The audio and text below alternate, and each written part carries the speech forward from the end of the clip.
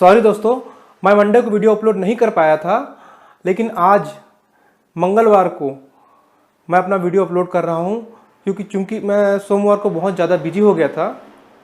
इसलिए आप ये वीडियो प्रूफ के साथ देखिए।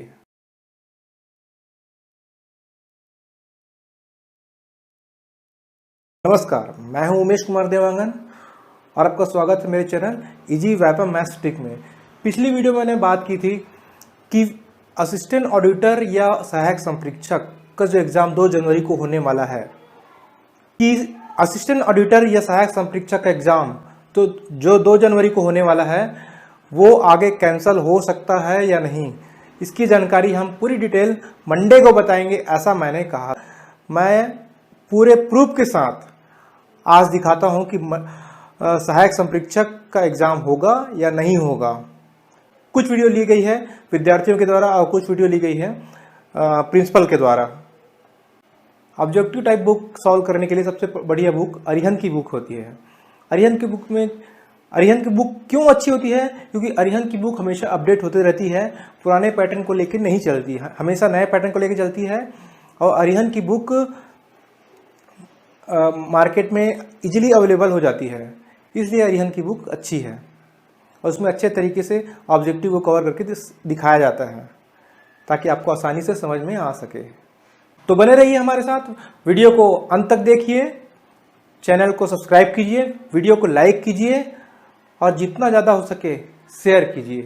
हमारे साथ हैं सर महंत लक्ष्मीनारायण कॉलेज के प्रिंसिपल सर मुखर्जी सर। और अभी जो ऑडिटर की एग्ज़ाम होने वाली है 2 जनवरी को जो प्रस्तावित है, कंफर्म है, वो एग्ज़ाम के बारे में हम कुछ जानना चाहेंगे। ऑडिटर का एग्ज़ाम जो होता है एक कॉमर्स बेस या कॉमर्स रिलेटेड से होता है, तो वो एग्ज़ाम सिर्फ कॉमर्स वाले स्टूडेंट को प्रेफरेंस मिलना चाहिए, लॉ वाले स्टूडेंट को प्रेफरेंस मिलना चाहिए, या सबके लिए ओपन होनी चाहिए? आइए हम सर से जानते हैं कुछ। देखिए, जो ऑडिटर का सीधा संबंध निश्चित रूप से कॉमर्स से या फिर लॉ की पढ़ाई से जो रिलेट होता है, ये बात तय है कि यदि किसी कार्य में आप विषय विशेषज्ञ को या उस पर विशेषज्ञता हासिल करने वाले बच्चों को आप लेते हैं तो उसका जो परिणाम है वो बेहतर होगा। चूँकि ऑडिट का काम बहुत ज़्यादा स्किल्ड नहीं है या बहुत ज़्यादा टाइम टेकिंग नहीं है, इसलिए सामान्य विद्यार्थियों को भी लेकर इस कार्य में हम इंगेज कर सकते हैं। लेकिन बेहतर होगा कि जब पूरी दुनिया एक विशेषज्ञता को लेकर चल रही है तो आप भी इसमें बेहतर होगा कि जो कॉमर्स के ग्रेजुएट के बच्चे हैं या फिर लॉ के जो बच्चे हैं वो उनको लिया जाए, तो मैं समझता हूँ कि इसका जो परिणाम है वो ज़्यादा फ्रूटफुल होगा। मैथ्स वाले के लिए, इंजीनियरिंग वाले के लिए जो वैकेंसी आती है उसमें सिर्फ मैथ्स वाले, इंजीनियरिंग वाले ही अप्लाई कर सकते हैं, अदर अप्लाई नहीं कर सकते, ना ही आर्ट्स वाले ना कॉमर्स वाले। तो जिस प्रकार से उन लोग को बेनिफिट मिलती है उस प्रकार से कॉमर्स वाले को एक बेनिफिट मिलना चाहिए अपने सब्जेक्ट में। देखिए, ये बात तो तय है कि जैसे जब सहायक प्राध्यापक की भर्ती हो या वाणिज्य विषय की टीचर की भर्ती हो तो उसमें स्पेसिफाइड हो जाता है और वो सभी को उसी सब्जेक्ट के जो एक्सपर्ट्स होते हैं उसमें मिलते हैं। मैं जैसे आपको बताऊं कि जब रिजर्व बैंक ऑफ इंडिया की कुछ ऐसे पोस्ट है जिस पे जब भर्ती करने की बात होती है तो केवल कॉमर्स के बच्चों को ही उसमें एंटरटेन किया जाता है और बाकी बच्चों को उसमें परीक्षा देने का मौका नहीं मिलता है। तो और ऐसे दुनिया में कई सारी परीक्षाएं हैं जो केवल उस विषय से संबंधित लोगों को ही देने का हक रहता है, और इस प्रकार का ये एक अच्छा प्रैक्टिस साबित होगा यदि कॉमर्स के बच्चों को या लॉ के ग्रेजुएट के बच्चों को ऑडिटर या सलाहकार के जो पोस्ट होते हैं उसमें डायरेक्ट रिक्रूटमेंट में उनको जो है प्रेफरेंस मिले या फिर केवल उन्हीं के लिए हो, वो बेहतर हो। अब तक जो पेपर हुई थी ऑडिटर की, अब से पहले 3 बार हो चुकी है, ये तीनों बार ओपन लिए गई है पेपर। तो अब की बार जो चौथी बार जो हो रही पेपर ये ऑडिटर की, वो एक नए सिरे से होना चाहिए, ऐसा आप भी चाहते हैं कि नहीं सर?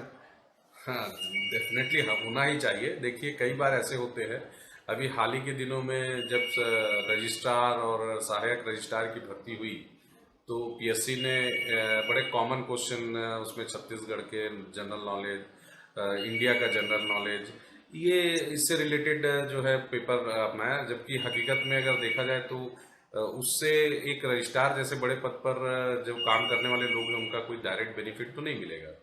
लेकिन चूंकि एक परीक्षा जो है परंपरागत प्रणाली पर ली जाती है, तो इसलिए बहुत जल्दी परिवर्तन इस पर, जो इस प्रकार के संघीय ढांचे हैं वो तुरंत नहीं कर पाते हैं। उनकी अपनी कुछ मजबूरियां होती है, कुछ समय टाइम टेकिंग जॉब होती है।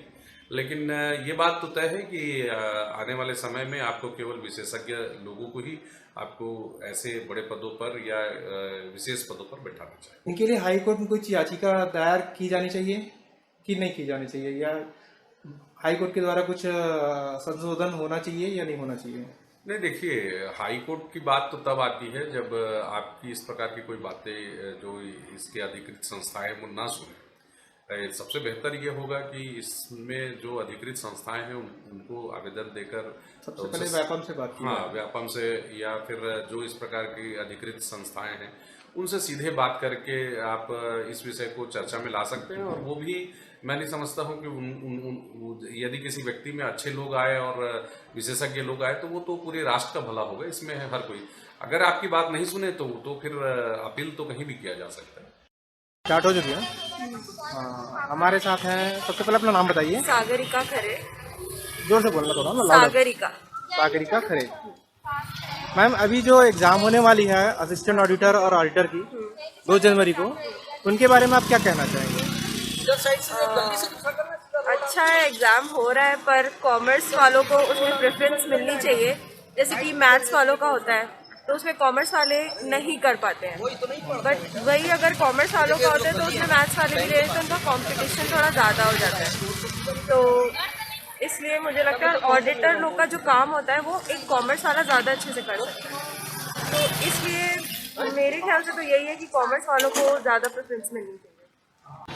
जिस प्रकार से मैथ्स के लिए एक वैकेंसी आती है तो सिर्फ मैथ्स वाले ही अप्लाई कर सकते हैं, अदर नहीं कर सकते। हाँ, तो वैसे वैसा ही कॉमर्स वालों के साथ भी होना चाहिए। ऑडिटर हो गया, लेखापाल हो गया, उनके लिए सिर्फ उन्हीं को थोड़ा प्रेफरेंस मिलना चाहिए, है ना? Thank you.